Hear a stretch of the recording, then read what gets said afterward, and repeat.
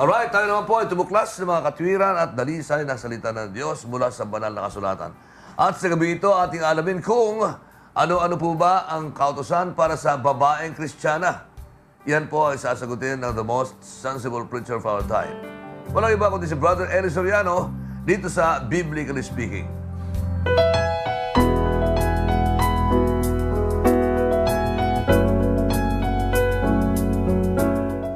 Sa babae, unang-unang kautusan yung maging mahinhin. Basahin natin ang 1 Pedro 3:2. Sapagka masid nila ng inyong ugaling mahinhin na may takot, Na huwag na huwag sa labas ang kanilang paggayak, na gaya ng pagpapahiyas ng buhok at pagsusuot ng mga hiyas na ginto o pagbibihis ng maringal na damit, kundi ang taong nakatago sa puso na may damit na walang kasiraan, ng espiritong maamo at payapa na may malaking halaga sa paningin ng Diyos. Sapagkat ng unang panahon ay ganito naman nagsigayak ang mga babaing banal na nagsiasa sa Diyos na pasakop sa kani-kaniyang asawa. Ayon. Ang unang-una po sa babae, kailangan yung kahinhinan. Alam niyo naman po, kahulugan ng kahinhin, meron kasing babae, reckless. At tapos nakalabas na ang lahat ng pwedeng ilabas, nilalabas na. Ang sabi, kailangang mamasid ng mga tao ang ugaling mahinhin ng babaeng Kristiyana na may takot. Ayon. Nahuwag ang wika sa labas ang kanilang paggaya, gaya ng pagpapahiyas ng buhok o pagsusuot ng mga hiyas na ginto o pagbibihis ng maringal na damit. Kundi ang dapat yung pagkataong natatago sa puso ang damitan ng damit na walang kasiraan ng espiritong maamot payapa na may malaking halaga sa paningin ng Diyos. Sapagkat ng unang panahon, ganito nagsigaya ang mga babaeng banal na nagsiasa sa Diyos na pasakop sa kani-kanyang asawa. So, ang babae pala dapat napapasakop sa kani-kanilang asawa, umaasa sa Diyos, gaya naman ni Sarah. Yan po, yan ang ilang pangunahing aral sa babae. Pagkatapos, yung nandun sa unang Timoteo 2:11, ganito naman ang nakasulat. Ang babae mag-aral na tumahimik na may buong pagkapasakop. Ngunit hindi ko ipinahihintulot na ang babae ay magturo, ni magkaroon ng pamumuno sa lalaki, kundi tumahimik. Sapagkat si Adam ay siyang unang nilalang saka si Eva. Ayun. Ang isa pa pong aral sa babae, yung pagpapasakop sa lalaki o sa asawa. Hindi pinahintulot ng Diyos na ang babae ang maging puno at maging under bisaya naman si lalaki. Hindi po ipinahintulot yun. Ang lalaki pamunuan ng babae. Bawal po ng Diyos yun sa mga Kristiyano. At ang iba pang aral sa babae, yung nababasa natin sa aklat ng Kawikaan. Isang mabait na babae, sinong makakasumpong? Sapagkat ang kanyang halaga ay higit na makapupo kaysa mga rubi. Ang puso ng kanyang asawa ay tumitiwala sa kanya, at siya'y hindi kukulangin ng pakinabang. Gumagawa siya ng mabuti sa kanya at hindi kasamaan lahat ng mga kaarawan ng kanyang buhay. Siya'y humahanap ng balahibo ng tupa at lino at gumagawang kusa ng kanyang mga kamay.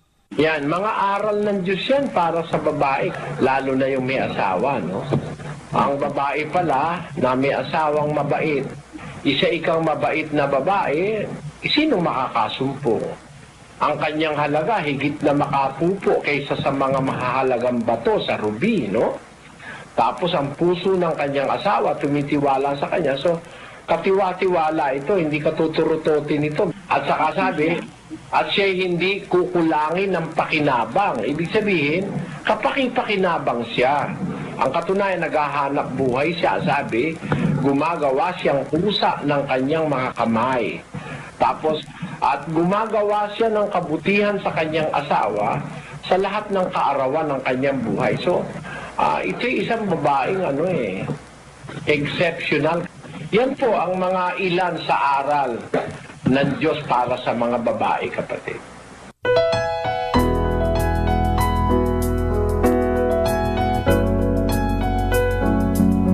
Maraming salamat po, Brother Eli Soriano, sa mga aral po na ipinaunawa niyo sa amin. At sa mga nagnanais po na makaalam ng mga bagay patungkol po sa katwiran ng Diyos sa Biblia, maaari po kayong bumisita sa mga official website and social media accounts ni Brother Eli Soriano. Mayroon po dyan ang controversyextraordinary.blogspot.com, isoriano.wordpress.com, www.elisoriano.com, www.isoriano.wordpress.com, at ang www.elisoriano.com. At para naman po sa ating mga kasangbahay, maaari niyo pong mapanood ang makabulang programa ng UNTV, kagaya ng Kaagapay. In real time, bumisita lamang sa aming website, www.untvweb.com. Para naman po sa inyong mga katanungan at suggestion, maaari niyo pong ipadala rin sa kaagapay at untvweb.com or maaari niyo rin pong i-download ang UNTV mobile apps sa inyong smartphones ng libre. Oh, congratulations daw! Congratulations! Congratulations muna! Sa anak ni Dr. Daisy Lynn Camitan, John Rafael Camitan, awarded as third runner-up and Mr. Republic of the Philippines. O, sino nanalo yan? Thank you, yung anak niya. Yung anak ko, third runner-up Third siya lang runner-up. dun Thank you. sa Blow out, Doktora. Model of the World International. Wow. So, magko-compete siya sa July sa abroad. California. Wow. Yes. Galing Very good. talaga, Mag-blow ha? out si Doktora. Happy birthday! Ano to? Programs and Productions Head, Mr. Bobby. Kuya Mr. Bobby De Los Bob! Santos. Happy birthday, Happy Mr. Bobby birthday. De Los Santos. Blow out po.